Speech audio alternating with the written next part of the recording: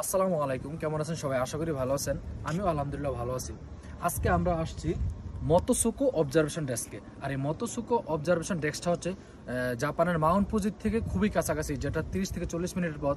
আর এই জায়গায় মানুষ অনেক অনেক মানুষ আসে যেই জিনিসটার জন্য, সেটা আজকে আমি আপনাদের সাথে শেয়ার করবো। সেটা হচ্ছে জাপানে যারা থাকেন, জাপানের পুরনো 1000 টাকার নোটটা যাদের কাছে আছে তারা অবশ্যই ব্যাকপিটে দেখবেন যে মাউন্ট ফুজির যে ছবিটা দেওয়া, মূলত এই মাউন্ট ফুজির ছবিটা আপনার ছাপানো হয়েছিল আপনার এই অবজারভেশন ডেস্ক থেকে, এবং এটা এখানে মার্ক করে দেওয়া হয়েছে। সো আমার সাথে চলুন এবং আমি আপনাদেরকে একটু জায়গাটা দেখাই।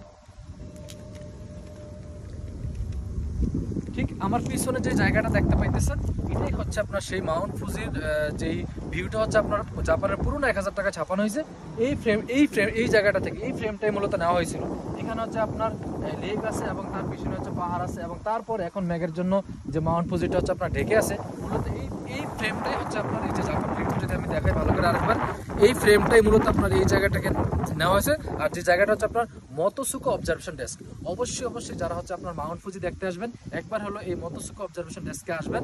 এবং সাথে হচ্ছে আপনারা জাপানের নতুন টাকাতে কিন্তু নেই, যেটা পুরনো 1000 টাকা, অবশ্যই এটা আনতে ভুলবেন না। যদি এটা না আনেন তাহলে আপনারা এই ছবির সাথে মিলাতে পারবেন না, এবং সবাই যেটা করে এই ছবিটা নিয়ে হচ্ছে একসাথে ফ্রেম বন্দি করে ছবি তোলে।